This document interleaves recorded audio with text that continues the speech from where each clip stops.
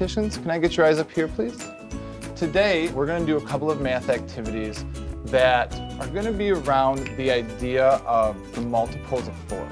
My name is Drew Crandall, and I teach 3rd grade at Lake Ridge Elementary School, which is in Seattle, Washington, and a part of the Renton School District. We're going to count until I say stop.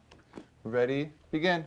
4, 8, 12. Today's math talk, I have 2 objectives I want my mathematicians to get to both understand the properties of multiplication and how multiplication and division work together, what their relationship is, as well as notice the structure of how the numbers work and kind of make sense of the structure of their choral count. Can you look at our count of multiples of 4 and see if you find any patterns in there? In the Common Core standard, they need to really understand what multiplication and division are, not just say back mathematic facts. Can you guys turn and talk with your partner and share the patterns that you see? What I think they're going to get out of something, they don't always get. So it's important that they have time to kind of make sense of their own ideas and to be able to defend those ideas. 1, 1, 2, 2, 2. It gives them a sense of ownership in their math. And then when they're sharing them, it helps them both learn from each other, but it also helps them revise or defend their own thinking. Anyone have a pattern that they noticed that they would like to share? Abdi, what did you and your partner talk about? Me and Franklin talked about it jumps 40 every time from 4 to 44 because we're counting by 4s and 4 times equals 40. I saw a couple of connection signs. If you and your partner talked about that, could you say that's me? That's That's me. They really honestly feel like mathematicians, and they take ownership over their ideas. And they're not repeating back to me something that I have taught them. They're coming up with these on their own. So if I was to write 4 times 10 equals 40, I'm thinking 4 groups of 10 equals 40. Is that what we did today? Look at your column. Are there 4 groups of 10 equaling 40? Elias, what should that one be? 10 groups of 4. Yeah, we have 10 groups of 4, which equals 40, right? You guys agree with that? Mm-hmm. I think that we're going to be ready for the move to Common Core standards because the mathematical practices are something that we have been doing for several years. I mean, our talk moves and our mathematical discussions are consistent with the practices in the Common Core. You guys were talking about the tens column. What happens in the tens column? There's a found in tens column, so like it would go 2 tens, then 3 tens at the same time. So like 1, 1, then 2, 2, 2. 2 would be 3 times and 1 would be 2 times. That's right. Our tens changes as we move.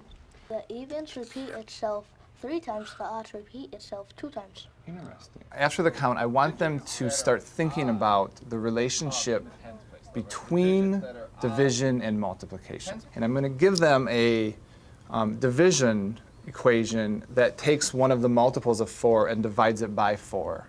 And I want them to be able to see that they can use what they just had previously done in counting forward to solve it.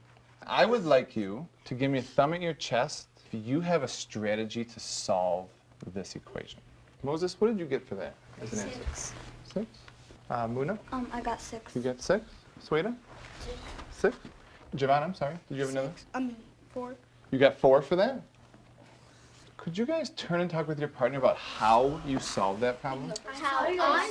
I want them to learn to think mathematically, and you can't do that if you're just thinking in terms of right and wrong. They have to be able to think about why they're right or why they're wrong. And as their math teacher, I'm not necessarily just focused on if they got the right answer or the wrong answer.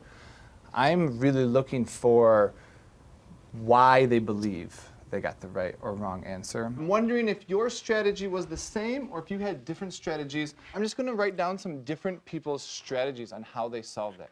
Emma, could you tell me how you solved that? So I put up 4 fingers and then counted until I got to 24. I got 6 fingers. So I see your count. I just did it like that, like a choral count. I'm wondering, Zachary, in this answer, I see the 6, which was your answer. Where's the 4 show up? Oh, because there's 6 fours. Oh, because there's 6 fours. Okay, so 1, I mean, 4 sixes. 4 6s. I think there's a lot of good things about moving to the Common Core standards. As a teacher of math, I think the inclusion of the practices is something that I have seen widespread positive effect in my classroom, in my school. I think that as that happens all over, I think math teachers are going to see really positive results. Javon? I revised my thinking. I did the same way Emma did, Okay. and I got 6 as the answer. So do you want me to cross off the 4? Okay. Is there any other way to do this? Muna? 4 times 6 equals 24. So that means if just one of the numbers were missing, it would have been the answer. I'm going to go ahead and put that in the box. I think my students are going to walk away from how they've been learning math with confidence in their academic ability. A lot of our skills that we do in math talks translates throughout our entire day. That would be a big hope of mine, that kind of carries with them through their lives. Can you guys give yourself a big oh yeah? Oh yeah! Okay.